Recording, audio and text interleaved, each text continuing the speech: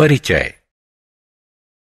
आपके जन्मदिन पर आपके एक दोस्त ने चॉकलेट दी है। एक अन्य दोस्त चॉकलेट का एक और डिब्बा देता है। तो अब आपके पास कितने चॉकलेट्स हैं? डिब्बा खोले बगैर हम कुल चॉकलेटों की संख्या नहीं जान सकते हैं।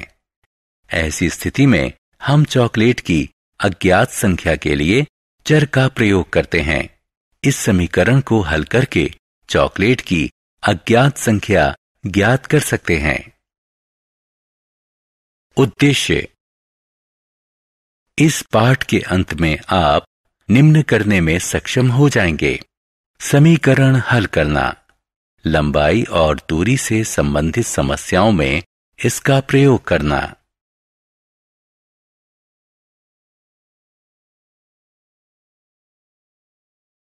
समीकरण।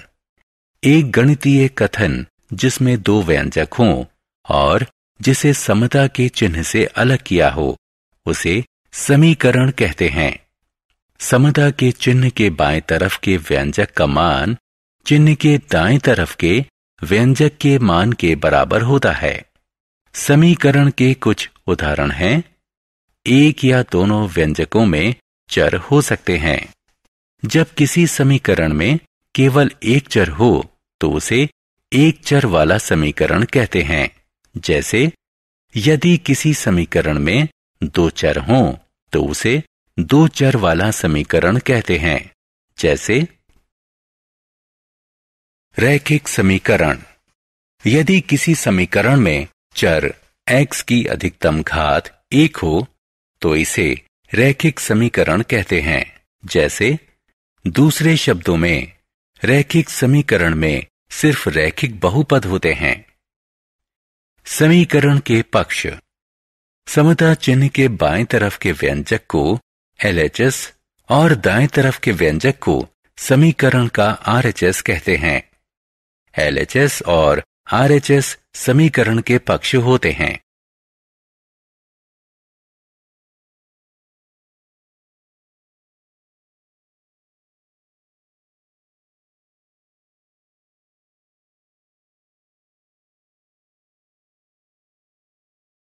समीकरणों के हल।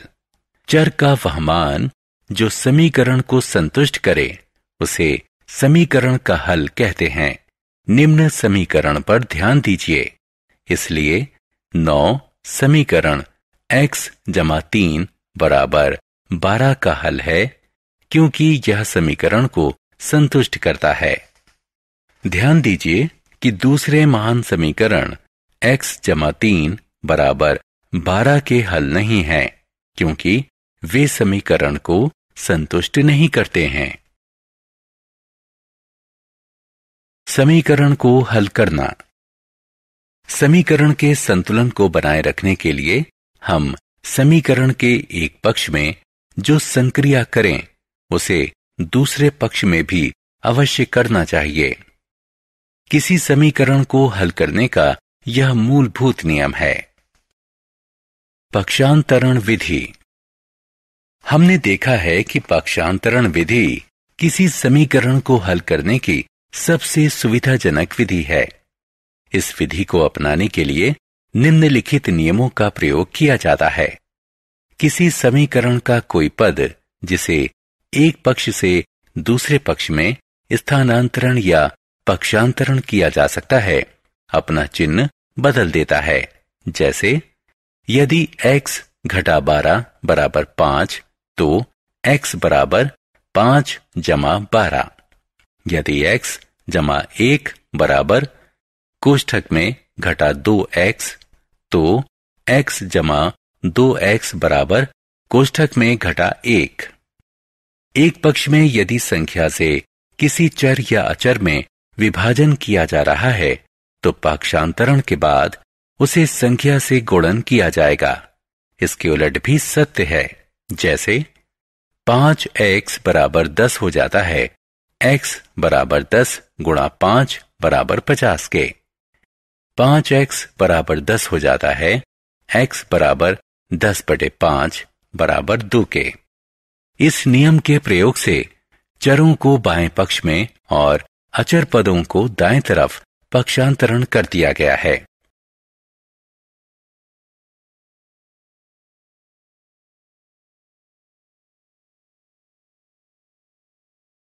साधारण समीकरण। उदाहरण 3a घटा 5 बराबर 16 को हल कीजिए। हल। निम्न समीकरण की गणना करने पर हमें प्राप्त होगा a बराबर 7।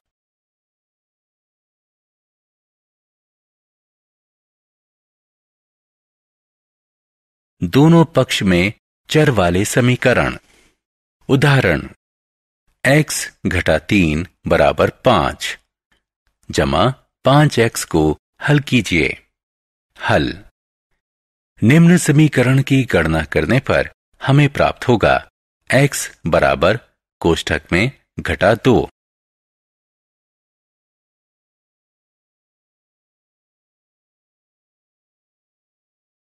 जटिल समीकरण। उदाहरण 1 a बटे 3 जमा 1 बटे 4 बराबर a बटे 2 घटा 2 बटे 5। हल। निम्न समीकरण की गणना करने पर हमें प्राप्त होगा कोष्ठक में घटा 20 a बराबर कोष्ठक में घटा 78। शब्द समस्याएं। उदाहरण 1 एक संख्या दूसरी की आधी है। दोनों संख्याओं का योग 6 है, तो संख्याएं ज्ञात कीजिए। हल।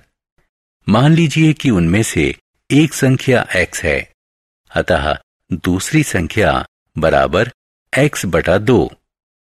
दोनों संख्याओं का योग बराबर 6। इस प्रकार x जमा x बटा 2 बराबर 6, यानी 3x बटे 2 बराबर 6 या x बराबर 12 बटे 3 बराबर 4। संख्याएं 4 और 2 हैं। जांचें। दोनों संख्याओं का योग 6 है। इस प्रकार उत्तर सही है। शब्द समस्या। उदाहरण 2 किसी भिन्न का अंश हर से 3 कम है।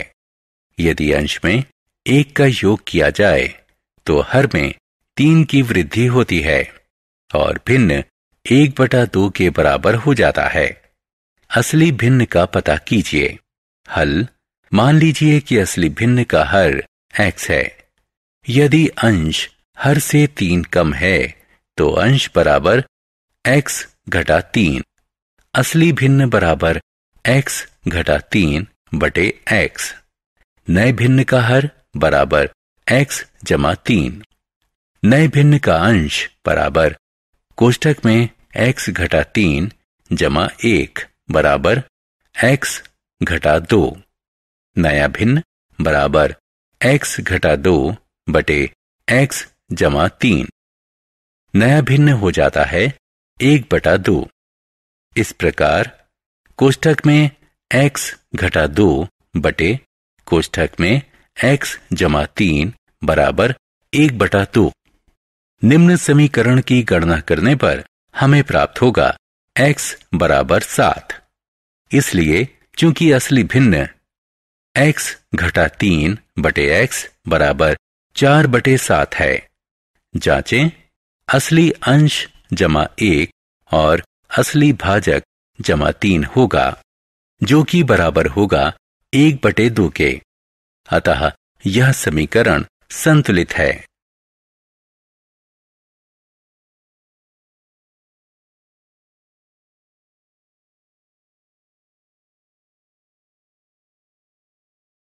शब्द समस्या।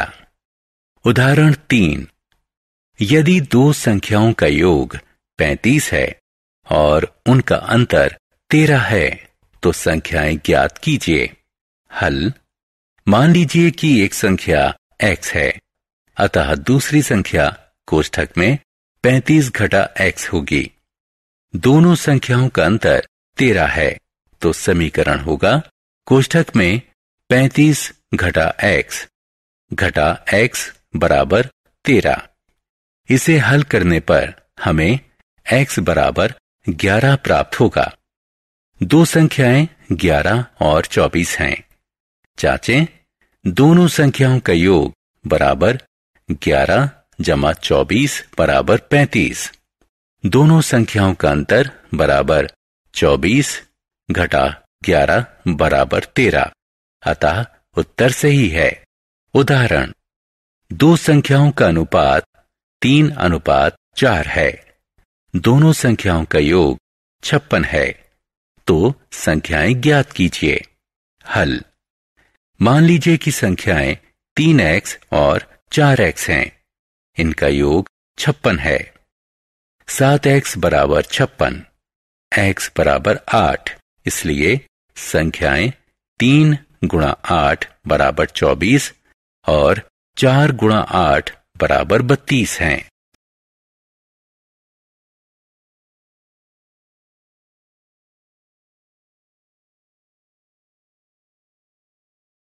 उम्र संबंधी समस्या। उदाहरण 1, अनिल अजित से 9 वर्ष बड़ा है। 10 वर्ष पश्चात अनिल की उम्र उसके दोगुनी होगी, जितनी उम्र अजित की 10 वर्ष पहले थी। उनकी वर्तमान उम्र ज्ञात कीजिए। हल, मान लीजिए कि अजित की वर्तमान उम्र x है।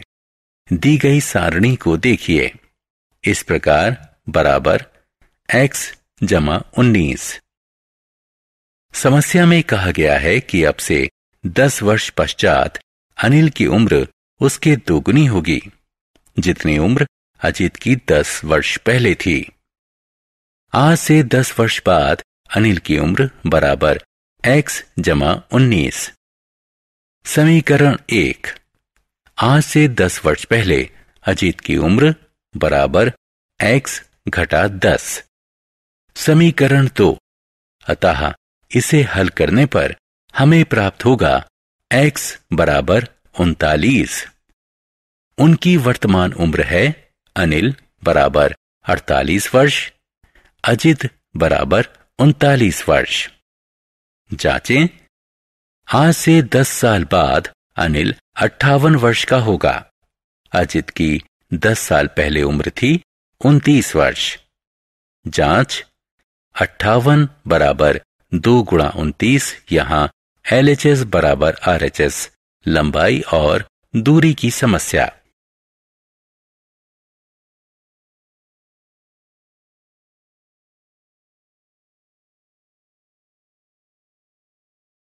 लंबाई और दूरी की समस्या।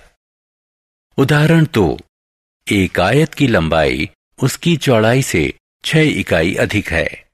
इसका परिमाप 20 इकाई है। इसकी लंबाई और चौड़ाई ज्ञात कीजिए। हल, मान लीजिए कि आयत की चौड़ाई x इकाई है। अतः लंबाई बराबर x जमा 6 चौड़ाई 2। कोष्ठक में लंबाई जमा चौड़ाई बराबर परिमाप। क्योंकि परिमाप 20 इकाई है, इसलिए लंबाई जमा चौड़ाई बराबर 10 इकाई होगी। इस प्रकार x जमा कोष्ठक में x जमा 6 बराबर 10 या 2x जमा 6 बराबर 10, इसलिए 2x बराबर 4 और x बराबर 2। चौड़ाई बराबर 2 इकाई, लंबाई बराबर 2 जमा 6 बराबर 8 इकाई, लंबाई बराबर 8 इकाई।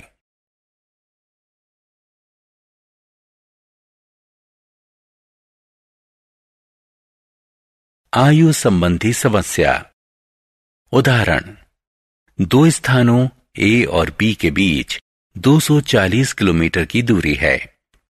एक मोटरसाइकिल एक बिंदु A से और एक पदयात्री एक बिंदु B से एक ही समय से प्रारंभ होते हैं।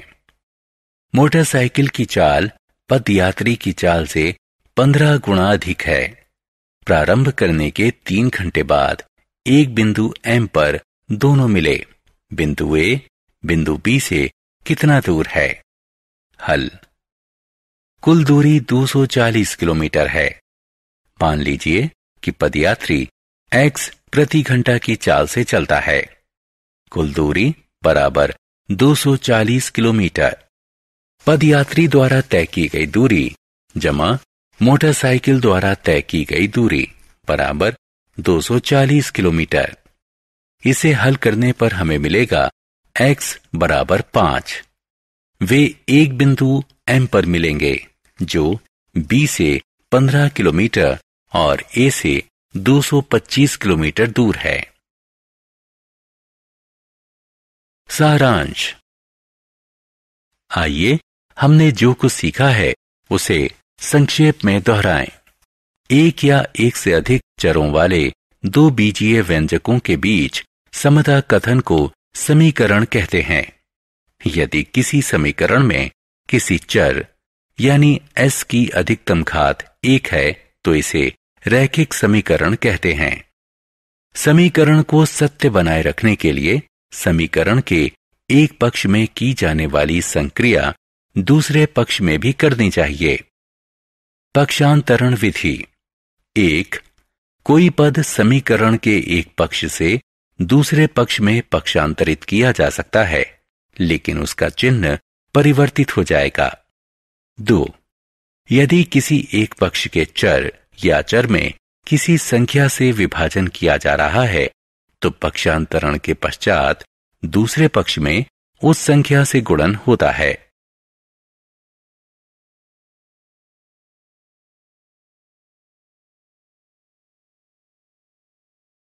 किसी समीकरण को हल करते समय हम निम्न चरण प्रयोग में लाते हैं।